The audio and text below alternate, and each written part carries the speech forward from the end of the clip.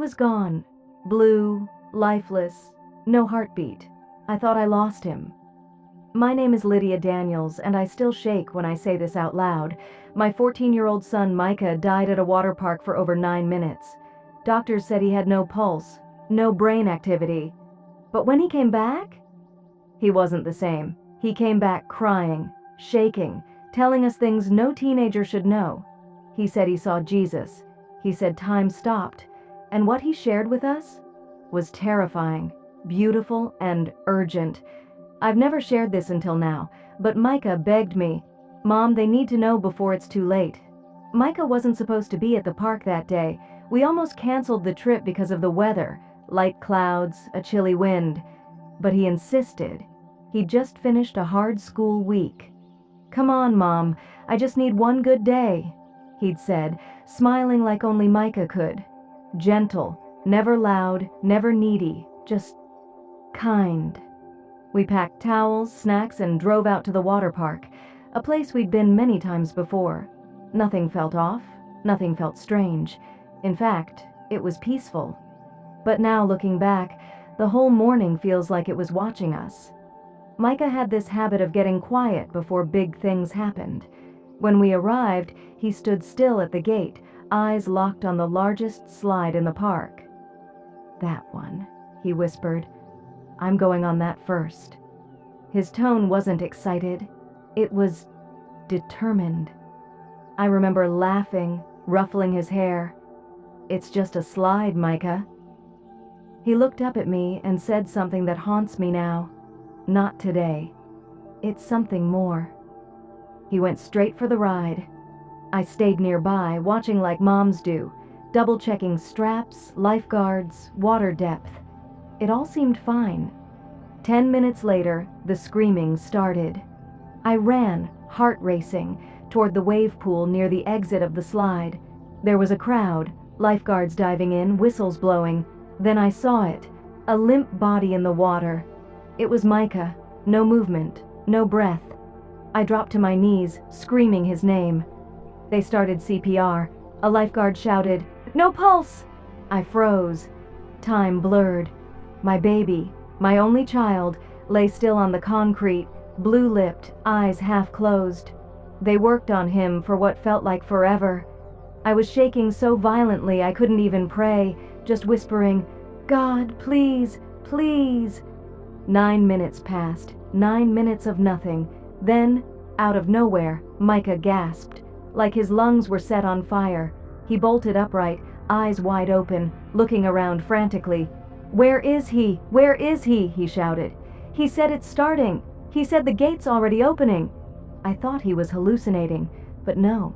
Micah had been somewhere, and he came back with a message that none of us were ready for. That morning, Micah was unusually quiet. He barely touched breakfast, just sat there staring at the window. "Do you think people know when something bad's about to happen?" he asked. I paused, lowering my coffee. "What do you mean?" He shrugged. "Like, does your soul feel it?" It chilled me a little, but I smiled and told him everything would be fine. The drive was quiet, too. Normally, he'd have earbuds in, tapping along to his favorite playlist. That day, he just looked out the window, hands folded in his lap. Not scared, but solemn, like he was already listening to something else. When we got to the water park, he hugged me. Tight, not rushed.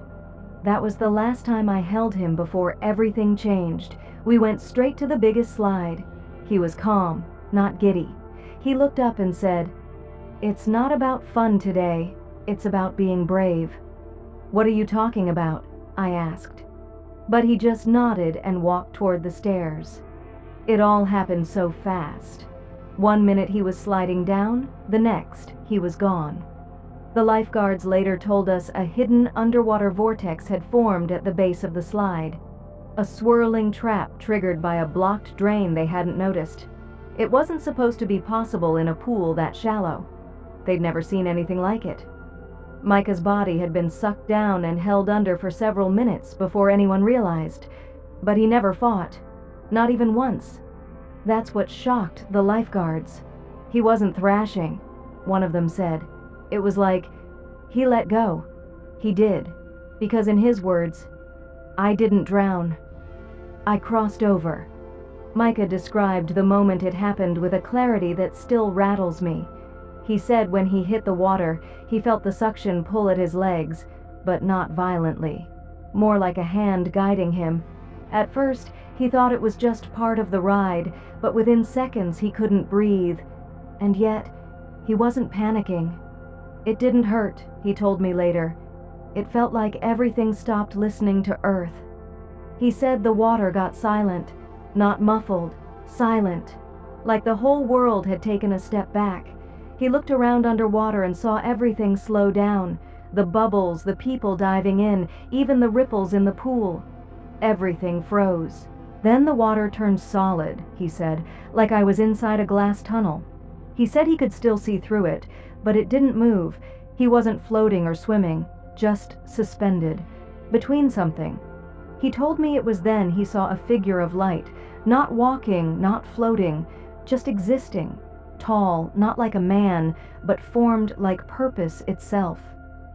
He didn't speak with words, Micah whispered to me that night, but he told me, "You're seeing behind what's real. Don't be afraid." Micah didn't call him Jesus at first.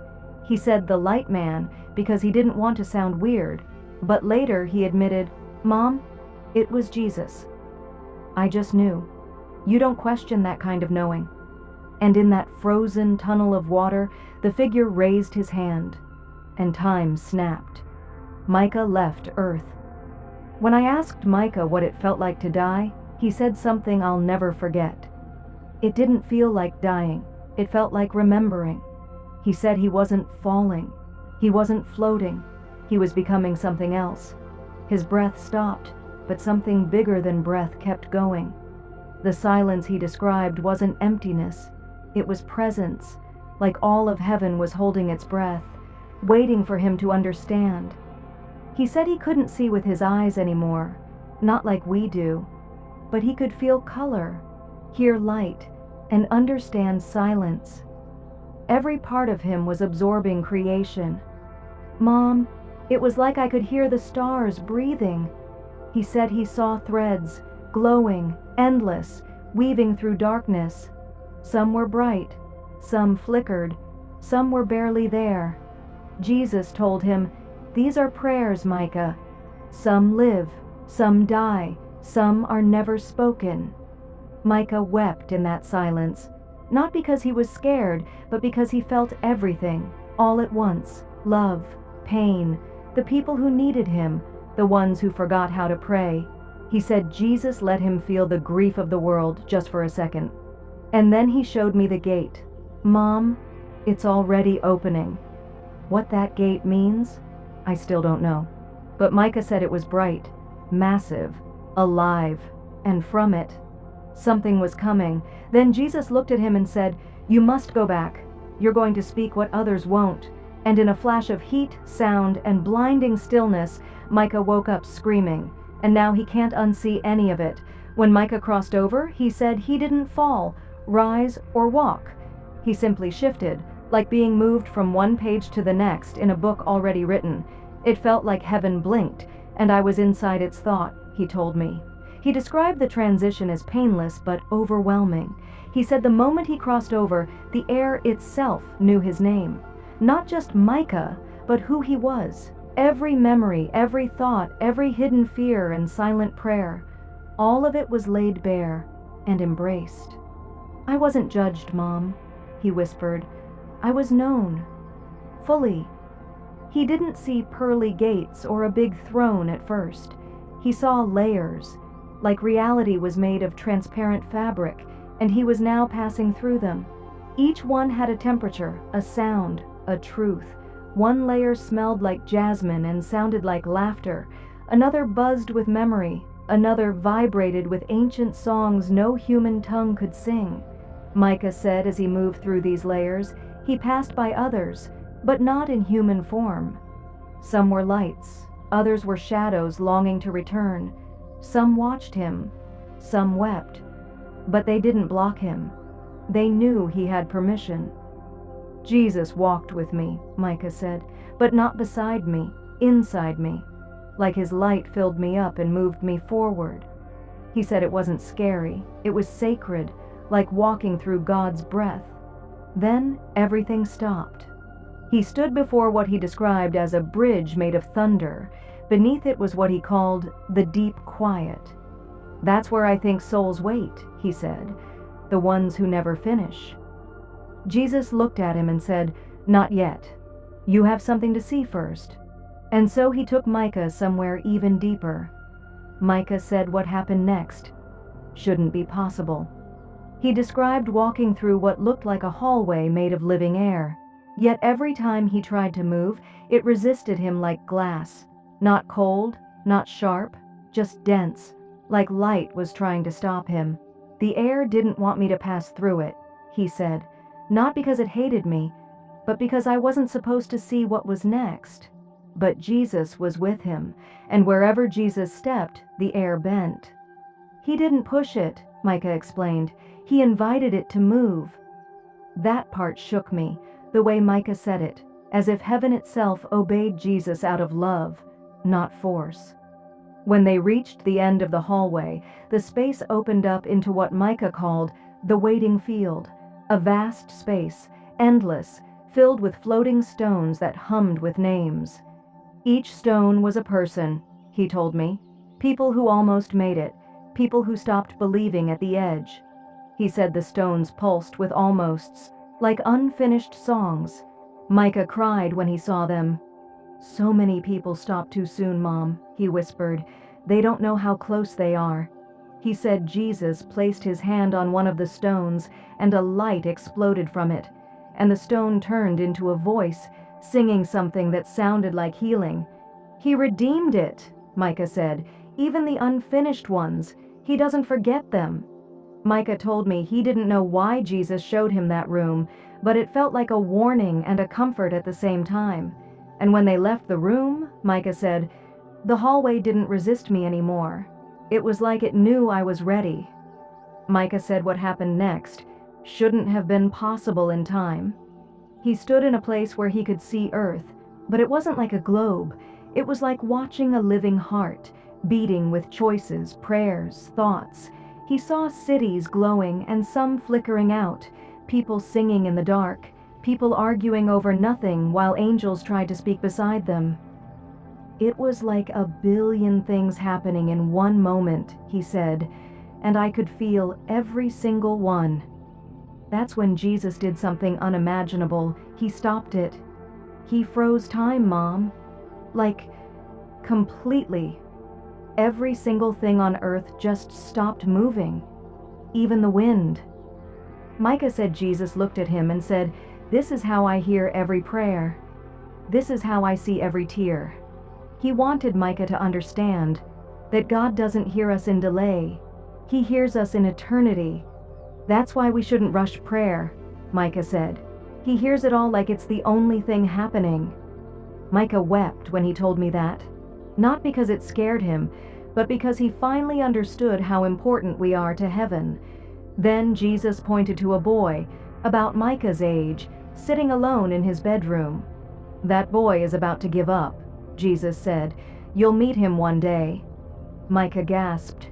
"How do you know?" Jesus answered with a smile that shook my son's soul. "Because I was already there when he cried out." Time resumed. The wind picked up. The earth started moving again. But Micah never saw the world the same after that. Micah said that after time resumed, Jesus took him between two places.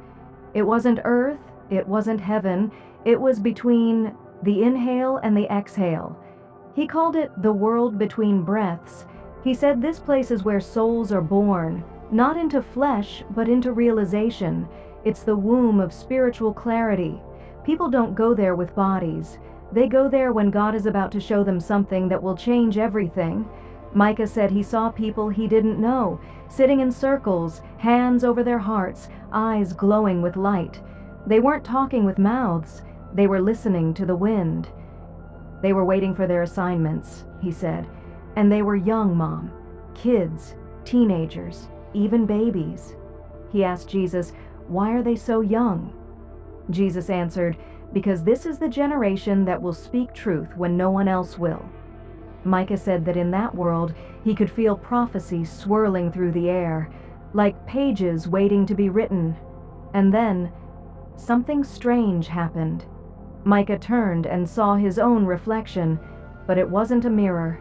It was a window into who he could become, the version of him that would speak hard truths, that would be mocked, that would carry light even when it hurt.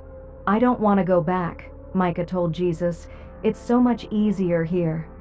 Jesus placed his hand on Micah's heart and said, "But you were born for there, not here, and they need your voice before the door closes." That was the last thing Micah remembered before he woke up, gasping, crying, changed. After waking up from his revival, Micah barely spoke for 3 days. Then, out of nowhere, he looked at me and said, "Mom, I saw the place where lost prayers go." At first, I didn't understand, but as he explained, I couldn't hold back the tears. Micah said Jesus took him to a valley surrounded by light, but in the middle of it flowed a river unlike any he'd ever seen. It wasn't water, it was made of words, whispers, cries, songs, all of them flowing in endless motion, glowing blue and gold, vanishing into mist. "It was beautiful, but it hurt," he said, "because every drop was a prayer someone gave up on." Micah said he saw people's voices floating by, prayers spoken once and then forgotten. "Help me. Please, God. If you're real." But the worst part, he told me, was that some of the prayers never made it to heaven. "They stopped halfway," he whispered. "They died because people stopped believing while they were still traveling." I sat stunned. Then he said, Jesus pointed to one specific stream in the river. "This one was your mom's," he said. Micah said he looked closer and saw me, kneeling beside my bed, crying silently into a pillow. I knew the exact moment. It was 3 years ago when I thought God had left us. I didn't even finish the prayer. But Micah said Jesus reached into the river and pulled that prayer back to life. "Nothing is lost to me," he said. "Even what feels forgotten has power when faith is renewed." Micah said Jesus then showed him how one prayer can split timelines, how it can alter accidents, bring healing, unlock hearts, or shield an entire home. "Tell them, Micah," Jesus said. "Tell them their quiet prayers matter more than they know." Micah's eyes welled with tears as he described the next place Jesus took him, a garden that was alive in ways Earth could never understand. "It wasn't just trees and flowers," he said. "It was awareness. The garden felt you." He said the ground pulsed softly under his feet, like it had a heartbeat. The air shimmered with soft light. Flowers hummed, not music, but rest. And in the center was a pond that reflected not your face, but your soul. Micah approached the water and saw his own reflection, but it didn't show his body. It showed wounds he had buried, times he felt unseen, rejected, afraid. And the moment he saw it, he said the garden wrapped him in warmth. It was like I was being hugged from the inside. He saw others there too, people of every age, kneeling silently, letting the garden heal their brokenness. But Micah noticed something odd. They weren't speaking. "Healing there doesn't come from words," he explained. "It comes from surrender." Jesus sat beside him by the pond, silent at first. Then he said, "This is where I bring my wounded ones when they can't carry the weight anymore." Micah asked why some people never find this garden. Jesus looked at him and answered with a heaviness that broke his voice when he told me, "Because they won't stop long enough to let me lead them here." He told Micah that healing isn't always dramatic. It's often quiet and hidden, like roots growing underground. But it's real, and if we'd only let go of the noise, we'd begin to feel the healing that was there all along. That was the last place Micah saw before he was shown the future. Micah said it happened while walking through the garden. Out of nowhere, a voice, deep, thunderous, familiar, echoed from above the trees. "Micah!" it called. Not loudly, but with a power that made the ground shift. He turned but didn't see anyone at first. Then from the horizon came a figure clothed in fire and light, but not in flames. It was a being made of intention. It wasn't Jesus, Micah said, but it was sent from him, and it knew everything about me. The being approached and spoke not with lips, but with awareness. You were named for purpose. You were hidden until appointed. You were seen before you were born. Micah fell to his knees. The voice continued, You carry a key for others your age, a key they forgot they were holding. I didn't understand what that meant, but Micah explained it through tears.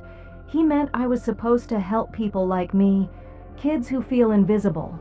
Then the voice told him, The enemy fears what's rising in your generation. He attacks young ones because he knows their voices can shake the gates. Micah said he felt a weight lift off his back, guilt he didn't know he had, the fear of being different, the pressure to be strong all the time. Then the voice said something that chilled both of us when he told me, You will speak truth. Some will hate you for it. Some will remember me because of it. Micah nodded in the vision. He accepted. And the moment he did, the being disappeared into wind, and Jesus appeared again, waiting, smiling, ready to take him to the final revelation.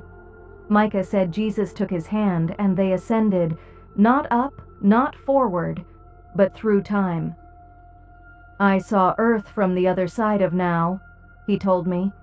They arrived in what he called the Chamber of Futures. Inside were 12 angels, tall, silent, each one holding a sphere of light glowing with moving images. They weren't just showing visions, he said, they were guarding possibilities. One angel stepped forward and said to Jesus, This one is ready to see. He has the humility. Jesus nodded, and the angel handed Micah one of the spheres. Inside it, Micah saw our world, but not as it is. It looked bright at first, he said. Technology, unity, speed, but underneath it was empty, cold. There were so many voices, but not enough truth. He saw young people becoming disconnected, not just from each other, but from reality. The line between artificial and real blurred. Some of them stopped feeling, he whispered. They forgot how to cry. Micah wept as he described how people built lives without purpose, numbing their minds with distraction while spiritual darkness quietly spread through screens, through false teachings, through noise. But then he saw light. Tiny sparks across the world. Young people praying. Kids waking up in the middle of the night with fire in their bones. Teenagers choosing truth over trends. They were like torches in the fog, he said, and Jesus told me, That's why I'm sending you back. He was shown that a battle of sound is coming, truth versus illusion, and his voice would be one of the many igniting others. Tell them to protect their ears, Jesus said. What they hear will decide who they become. Then the angels bowed. The vision ended, and Micah's time was almost up. 3 days after Micah came back, he sat on the porch with a notebook and started drawing what looked like a spiral-shaped building made of glass and stars. I thought he was just doodling until he looked up and said, That's the library, the place I almost didn't come back from. I asked him what he meant, and he closed the notebook like it was sacred. Jesus took me there. It's where unlived futures are stored. Micah said the library of what could be wasn't like Earth libraries. There were no aisles or rows, just floating books, glowing scrolls, and thoughts hanging in the air like music.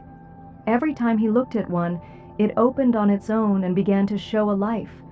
Not the one someone lived, but the one they were meant to live. Mom, I saw my own life. If I didn't come back. He paused when he said it, voice trembling. It was peaceful. I would have stayed. But then Jesus showed me another version, the one where I returned. In that book, he saw himself older, speaking to crowds, writing, helping kids with broken homes and suicidal thoughts.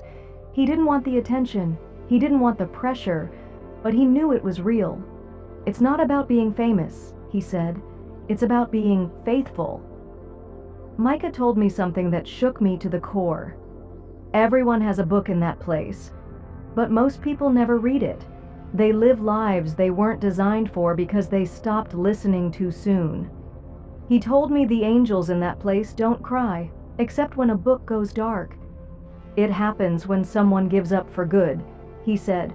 The light inside that book fades, and that hurts heaven more than anything. Jesus told him, "You were never meant to be average." And neither are they. Then, Micah said Jesus handed him back his own book, but only the first few pages were filled. The rest was up to him. The day Micah finally spoke at church, he said something that left people speechless. Some of us aren't called to live long. We're called to live loud. He didn't mean shouting. He meant carrying weight, spiritual weight, at an age where most are just trying to figure themselves out. Later that night, I asked him why he thought Jesus sent him back and not others. Why do some children come back from death while others don't? He looked at me and said something I didn't expect. It's not about worth. It's about assignment. He said heaven doesn't measure by years lived but by purpose completed. Some children are sent back not because they earned it, but because their voice will unlock other voices. Some of us carry keys, he whispered, and we don't even know we're holding them. Jesus had told him that childlike purity isn't a limitation, it's a gateway. That's why the enemy attacks children, distracts them, breaks their homes, and confuses their identities, because kids are more spiritually sensitive than we realize. Micah said he saw children in heaven who had died young, but they weren't sad. They were ambassadors, teaching wisdom even angels listened to. God speaks through young ones because they haven't unlearned how to hear him. He said being chosen didn't make him better, it made him accountable. Jesus warned him gently, "You will be misunderstood. But keep speaking. Their freedom depends on your fire." Micah told me he now sees other kids differently. He senses their weight, their pain, their hidden spiritual potential. "You can tell who's carrying something sacred," he said. "They don't fit in, not because they're weird, but because they're wired for more." And that's why he says he was sent back, to wake them up. Micah told me there was one final thing Jesus showed him before sending him back, something so terrifying he couldn't speak for a day after remembering it. He said they stood together in a circular room of light. Above them floated what looked like a map, but not of countries or borders. This was a map of frequency, of spiritual condition. Micah saw entire regions pulsing with light, prayers, worship, truth flowing like electricity. But he also saw black zones, areas covered in thick, living shadow. It wasn't just evil, he said. It was confusion, lies, fear disguised as truth. Jesus raised his hand, and the map zoomed in. Micah saw schools, cities, even churches where the light had flickered out, not from attack, but from neglect. The enemy doesn't always roar, Jesus told him. Sometimes he whispers long enough that people forget what light feels like. Micah saw waves of darkness trying to mimic light, fake revelations, twisted grace, empty miracles, people chasing comfort over conviction. Then Jesus pointed to specific bright dots, tiny glowing sparks across the blackness. "These are my sent ones," he said. "Some are children, some are elders, but they're hidden in plain sight. They are my fire starters." Micah asked, "What happens if they stop burning?" Jesus looked away for just a second, and the map began shrinking. "Then the final veil will begin to fall," he said softly. Micah said that's when the urgency hit him. That's when he understood, we're not waiting for the end, we're delaying it. With our worship, with our obedience, with our prayers. "Mom," he told me, Jesus didn't say, maybe. He said, it's already moving. And with that, Jesus said, now go. The morning Micah finally spoke the full message Jesus gave him, his hands were trembling. He hadn't slept the night before. He just sat at the kitchen table staring out the window as if he were watching something far away, or maybe something about to arrive.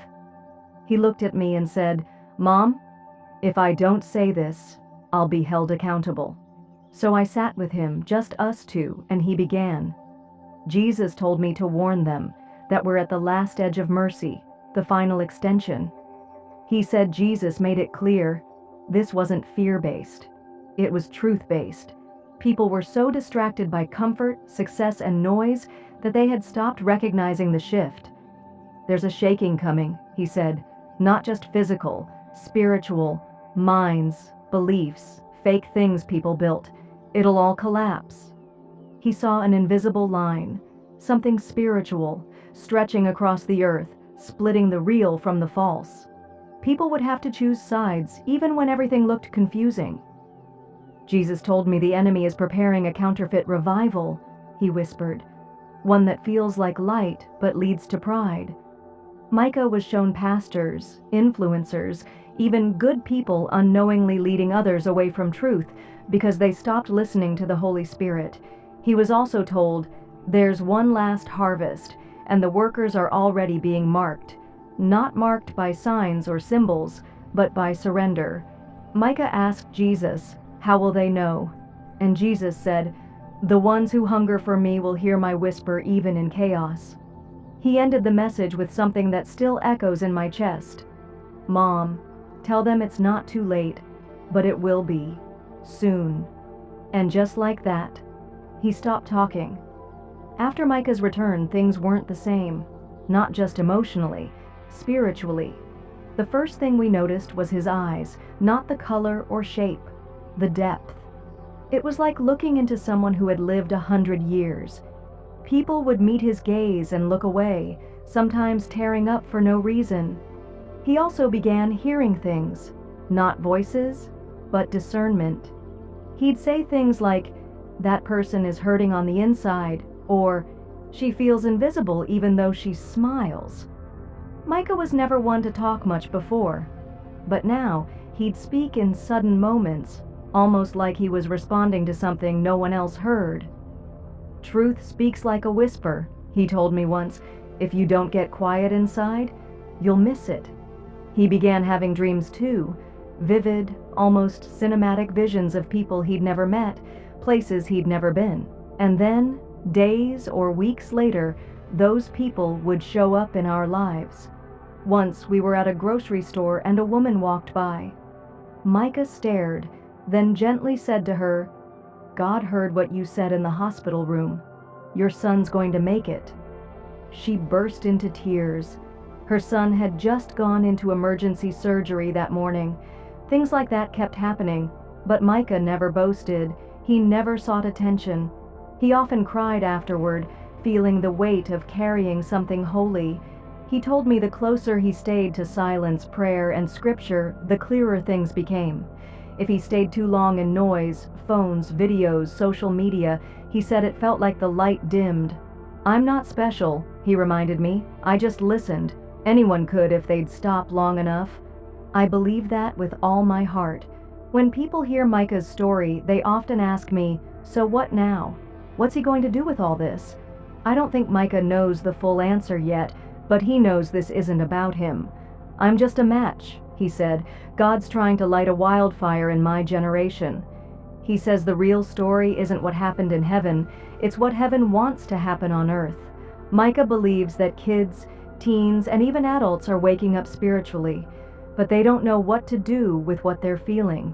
He says they don't need louder voices, they need clearer ones. That's why he asked me to send his story to your channel. He said, "Someone out there is hearing from God but afraid they're making it up. They need to hear from someone like them." Micah's story may sound extraordinary, but the truth is, God is speaking to all of us. Most just don't know how to hear it. Micah was sent back to say this: "This is the hour. Not tomorrow, not when you're ready. Now open your mouth, open your heart, tell the truth. Love with fire, pray like heaven is listening, because it is." He believes there are thousands of others like him, hidden ones, ones who've had encounters they've never shared, kids who feel things too deeply, dream things too vividly, weep without knowing why. To them, he says, "You're not broken. You're born for this." So if you're watching this and you felt a tug in your spirit, Micah's story is your confirmation. This isn't just his testimony, it's your wake-up call. And this is only the beginning.